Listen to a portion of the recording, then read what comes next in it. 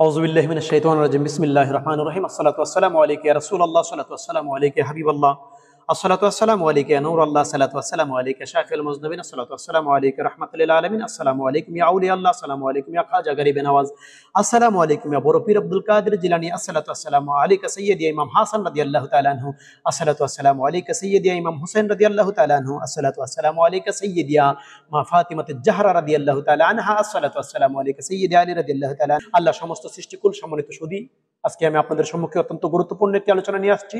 তা হচ্ছে হযরতি বড় পীর আব্দুল কাদের জিলানীর শানে আলোচনা। আশা করি সকলে মনোযোগ সহকারে শুনবেন। বড় পীর আব্দুল কাদের জিলানী উনি যখন ছোট, হঠাৎ করে আসমান থেকে গায়েবী আওয়াজ আসছে, আব্দুল কাদের তুমি কি আশেক হতে চাও নাকি মাহবুব হতে চাও?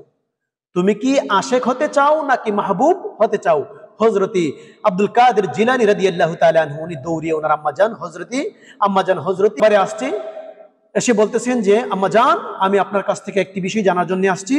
সেই বিষয়টা হচ্ছে, আমাকে গায়েব থেকে, আকাশ থেকে একটি আওয়াজ আসছে যে আমি কি আল্লাহর আশেক হব নাকি মাহবুব হব, আমি এই জন্য আপনার কাছে চলে আসছি। আম্মা জান ফাতিমা উনি বলতেছেন, উম্মুল খায়ের ফাতিমা উনি বলতেছেন, বাবা এই সঠিক ফাইসালা, এই সঠিক উত্তর জানার জন্য আসো আমরা পাশের গ্রামে, পাশের জায়গার মধ্যে, পাশের এলাকায় আল্লাহ পাক রাব্বুল আলামিনের একজন দরবেশ থাকে, একজন অলি থাকে, আমরা ওই অলির কাছ থেকে জেনে নিব তুমি কি আশেক হলে ভালো হবে নাকি মাশুক হলে, মাহবুব হলে ভালো হবে।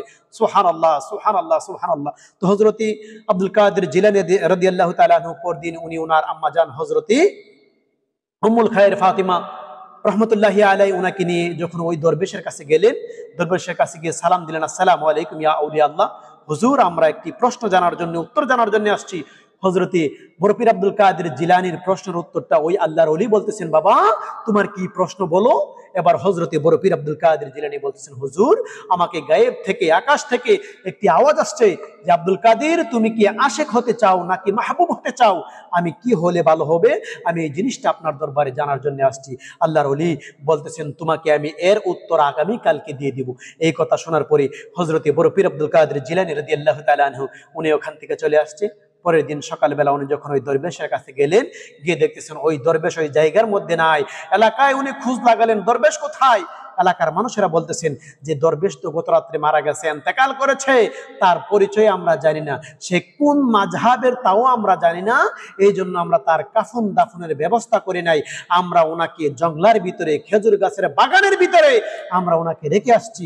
বড় পীর আব্দুল কাদের জিলানী আর দেরি না করে আল্লাহর ওলির দরবারে চলে গেছে। কেননা উনি জানতেন যে অলিদের ওয়াদা কখনো বরখেলাফ হতে পারে না। এই জন্য উনি ওই আল্লাহর কুতুব, আল্লাহর দরবেশের কাছে গিয়ে বলতেছেন, হুজুর আপনি আমাকে প্রশ্নের উত্তর আজকে দিবেন বলেছেন, আপনি দুনিয়া থেকে বিদায় হয়েছেন, আমার এই উত্তরটা দিবে কি আমি জানতে চাই। এবার হযরতে বড় পীর আব্দুল কাদের জিলানীর ওই দরবেশ উত্তর দিলেন, তুমি শোনো, তুমি আশিক হচ্ছে, আমি আশিক হওয়ার কারণে আজকে আমার এই অবস্থা। তুমি যদি মাশুক হও, তুমি যদি মাহবুব হও, তাহলে দুনিয়া তোমার পায়রবি করবে। এই কথা শুনে বড় পীর আব্দুল কাদের জিলানী রাদিয়াল্লাহু তাআলা আনহু উনি বলতেছেন, আমি আশিক হতে চাই। এই কথা বলে উনি বাড়িতে চলে আসছে। আম্মা জান উম্মুল খায়ের ফাতিমা ওনাকে বলতেছেন, আম্মু আমি ইলম অর্জন করার জন্য, আমি ইলম শেখার জন্য আমি বাগদাদ শরীফে যেতে চাই। হযরতে উম্মুল খায়ের ফাতিমা বলতেছেন, আব্বু আপনি যখন ইলম শিক্ষা করার জন্য আপনি আমার কাছ থেকে বাগদাদে চলে যাচ্ছেন, মনে হচ্ছে এই দেখাই আপনার আমার শেষ দেখা। এই জীবনে আর মনে হয় না আপনার সাথে আমার দেখা হবে, তবে আপনার আব্বা জানের একটি আমানত আমার কাছে রয়েছে, সেই আমানতটা আপনি নিয়ে নেন। এই কথা বলে উনি ঘরের ভিতরে গেলেন। ঘরের ভিতর থেকে একটি মাকতুব আনলেন, একটি কিতাব আনলেন। ওই কিতাবের মধ্যে একটি ওয়াজিফা রয়েছে, যে ওয়াজিফাটা হচ্ছে আল্লাহু কাফি রাব্বুনাল কাফি কাসাদনাল কাফি ওয়াজাদনাল কাফি। ওয়াজিফা দিয়ে বলতেছেন, আব্দুল কাদের এই ওয়াজিফাটা, এই আমলটা আমাকে তোমার আব্বা জান দিয়েছিলেন, মুসাফটা দিয়েছিলেন, তুমি যদি এই আমলটা করো তাহলে আমি শান্তি পাবো। এই কথা বলে আম্মা জান উম্মুল খায়ের ফাতিমা হযরতে বড় পীর আব্দুল কাদের জিলানীকে এই ওয়াজিফাটি দিয়েছেন।